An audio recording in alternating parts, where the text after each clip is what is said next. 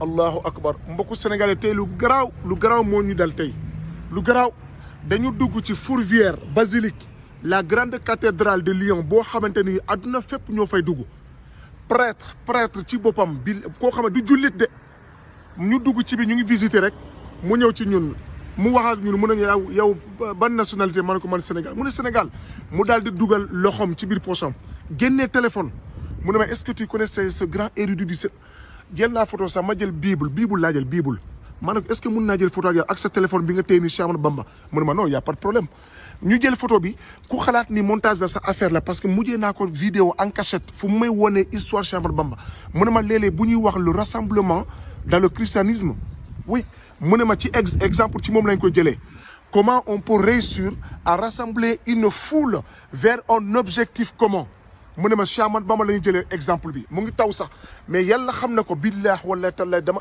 boo xoolee sa yaram day daw da ngay jooy da ngay jëw Cheikh Ahmadou Bamba ci biir téléphone ay prêtre ñoo xam ne du ñu ay jullit sax non dama waaru filmé naa ko sax en cachette xool leen vidéo bi. Ça se voit c'est Cheikh Ahmadou Bamba mais il y a exposition internationale sur la non-violence en islam. Cheikh Ahmadou Bamba un artisan musulman de la paix. Voilà. C'est exactement ça.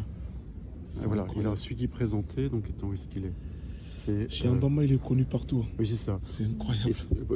Et il y avait Souleymane Bachir Diagne. Souleymane Bachir Diagne. Oui, ça c'est remarquable. Et j'ai retrouvé... Dans la vidéo, Ndaw si ngeen gisoon ci biir vidéo bi, c'était avec le prêtre. Il nous a montré quelle photo? Cheikh Ahmadou Bamba. C'est incroyable dans son téléphone. Cheikh Ahmadou Bamba. Vous étiez avec eux tous, vous étiez tous témoins. Voilà. Tout le monde est témoin. Cheikh Ahmadou Bamba, le prêtre m'a montré ça dans son téléphone. Ça, maa ngi jooy sax. Ça c'est incroyable. Ki ngeen gisoon ci biir vidéo bi. Subhanallah.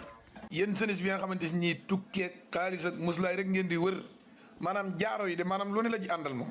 la ilaha illallah maanaam sirr ba nekkoon ca jaaro bi yonentu yàlla Souleymane ba. ah man de jokkoon na ma ak sëñ Bam ci fexe leen ci am jaaro yi macha allah. senes bi fexe leen a am ci jaaro yi man daal yéene leen ci képp moo tax ma ñëw fii di def vidéo pour ngeen jot macha allah sëñ bi.